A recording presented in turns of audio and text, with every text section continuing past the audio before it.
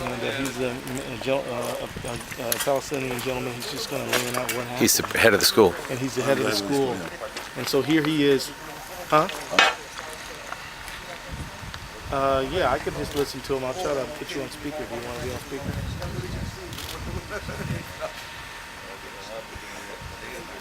I'm putting you on speaker unless you object. You object to this? No. Go ahead, sir, please. Yes, this is the American International School.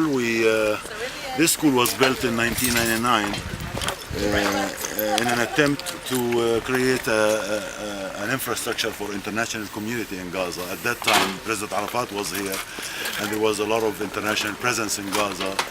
Representative offices, international companies working on major projects in Gaza, like the harbor, the airport, and stuff. And we were hoping maybe to attract the Palestinian investors to come back and invest in Gaza. And the idea came of having a international quality school in Gaza. And we built it, and we started in September 2000. And since then, we had our bad days, we had our troubles, of course, but this is something out of any imagination. We never imagined that the school will be targeted. Actually, it was early in the morning on the 3rd of January, just the last day of the aerial campaign. One day before the ground operation started, we heard that the school has been bombed by by missiles from fighters, F-16s or whatever, I don't know. And the first thing I was concerned about is the guard. We have a watchman in the building, and unfortunately he passed away. He was inside the building at the time. Was the guardman, watchman was killed in the building? He was cut into pieces. I mean, he was. I went to the hospital. Was he a friend of yours? I'm his boss. He's an employee. Yeah, you would know him. Of course, I know him. I know his family. He lives not far from here.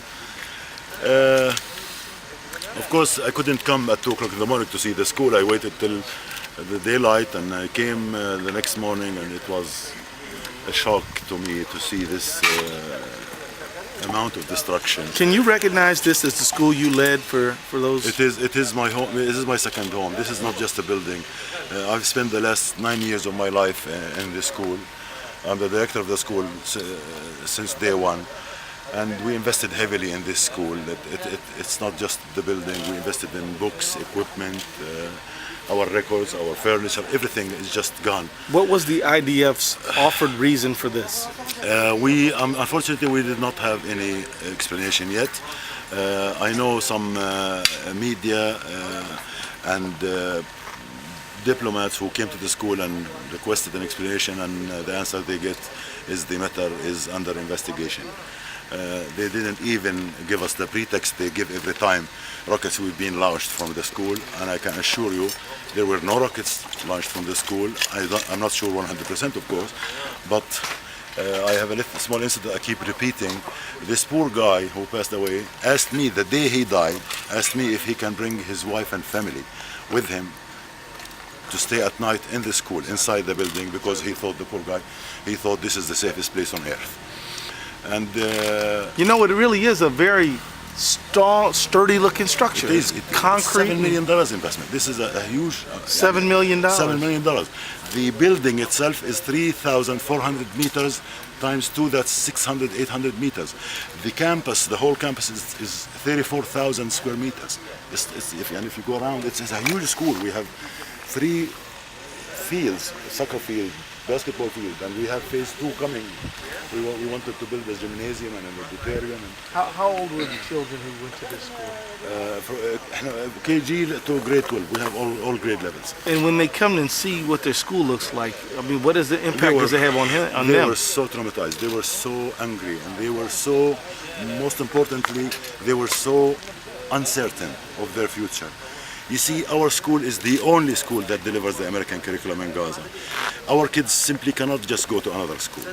They have to go to an American school because they will not make it. English. Yeah, of course, our language of instruction is English, of course, and they cannot make it in other schools, or UNRWA schools, or government schools.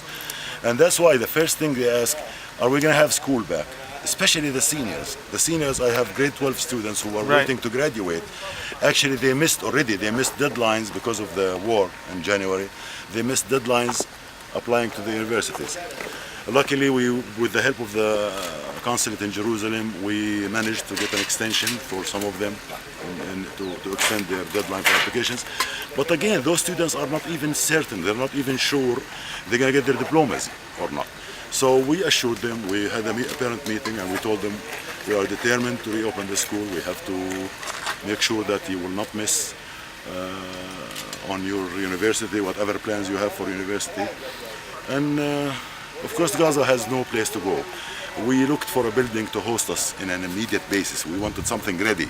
We don't have the luxury of time to, because we already, semester 2 already started.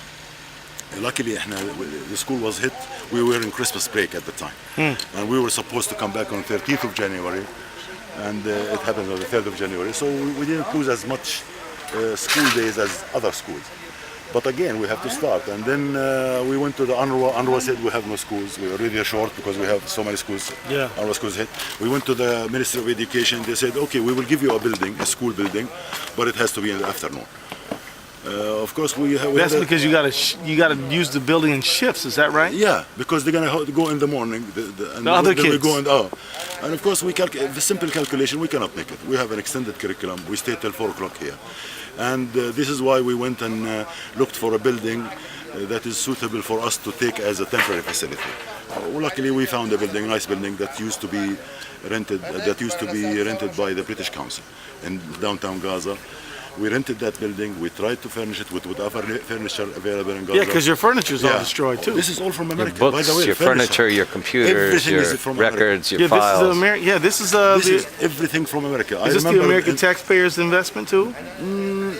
Not totally. I mean, But we some. received assistance from the taxpayer. Yeah, of course. In the year 2000, I got $160,000 from the American consulate. Sure. And then later in the year 2000, we got $94,000 in renovations and rehabilitation project. Later on, we have $68,000 in subsidy for scholarships, for subsidy for paying tuition fees of students who cannot afford because of the situation. Scholarship, yeah. Yeah. So we do receive, but the thing is, it's amazing how the Israelis would target something like this. I thought our school would be like a gate or like an opening to bridge the gaps between those two different cultures. And Did you hope that these young people would grow up and be the ones to be Exactly. the diplomats to help work it? we were making the leaders of tomorrow. This is what we tell them every day. You are the leaders of tomorrow. Yeah. We teach them to be open, to be liberal, to accept the other, to be able to live in a diverse world, to speak up and freely and express themselves freely. And the curriculum helps. We have a beautiful curriculum that has so many activities. Of course, this does not have the approval of everybody in Gaza.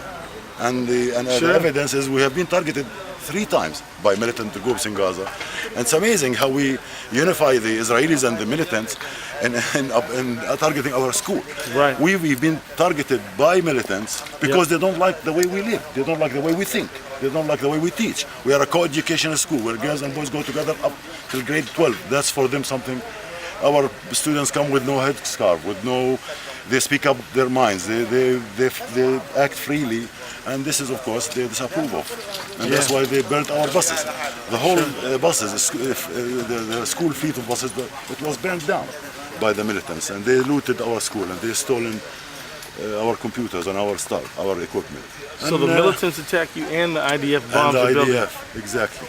Wow. January is not a good month for this school. Because January 2008, the militants came and burnt our buses and looted our school.